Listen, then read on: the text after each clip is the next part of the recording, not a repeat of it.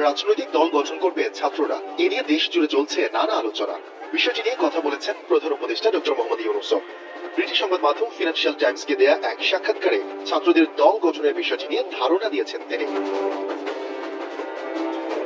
Financial টাইমসকে doctor Yunus বলেন, ছাত্ররা দল গঠন করবে। শুরুতে যখন আমি উপদেষ্টা পরিষদ গঠন করেছিলাম, আমরা উপদেষ্টা পরিষদে তখন 3 ছাত্রকে নিয়েছিলাম।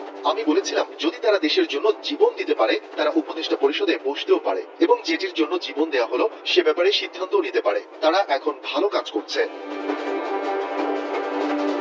তবে ছাত্রদের দল গঠনের বিষয়টিকে অনেকে তুচ্ছ তাচ্ছিল্য করছেন বলে মন্তব্য করেছেন প্রধান উপদেষ্টা। ছাত্ররা দল গঠন করলে একটি আসনও পাবে না এমন কথা বলা হচ্ছে, কিন্তু তিনি তাদের উৎসাহ দিচ্ছেন বলে জানিয়েছেন অধ্যাপক ডক্টর মোহাম্মদ ইউনূস। ডক্টর মোহাম্মদ ইউনূস বলেন, তারা বলছে ছাত্রদের কোনো সুযোগ নেই এবং ছাত্ররা সংসদে একটি আসনও পাবে না। কারণ কি? কারণ তাদের কেউ চেনে না। আমি বলেছি পুরো দেশ তাদের চেনে, তাদের একটি সুযোগ নিতে দাও, তারা যা করতে চায় তাই করবে। তবে দল গঠন করলে দেশের নষ্ট রাজনীতি এবং রাজনীতিবিদদের কবলে পড়ে ছাত্ররা বিভক্ত হয়ে যেতে পারে বলেও আশঙ্কা প্রকাশ করেছেন প্রধান উপদেষ্টা। কিন্তু তা সত্ত্বেও তিনি চান ছাত্ররা দল গঠন করুক।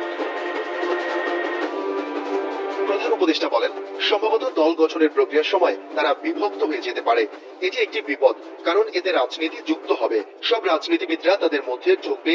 তাই আমরা জানি না বাংলাদেশে যে রাজনীতি রয়েছে সেখান থেকে তারা তাদের মুক্ত করতে পারবে কিনা। তবে এটি একটি ঝুঁকি যা আমাদের নিতেই হবে। ছাত্ররা দল গঠনে তৈরি আছে, তারা প্রচারণা চালাচ্ছে।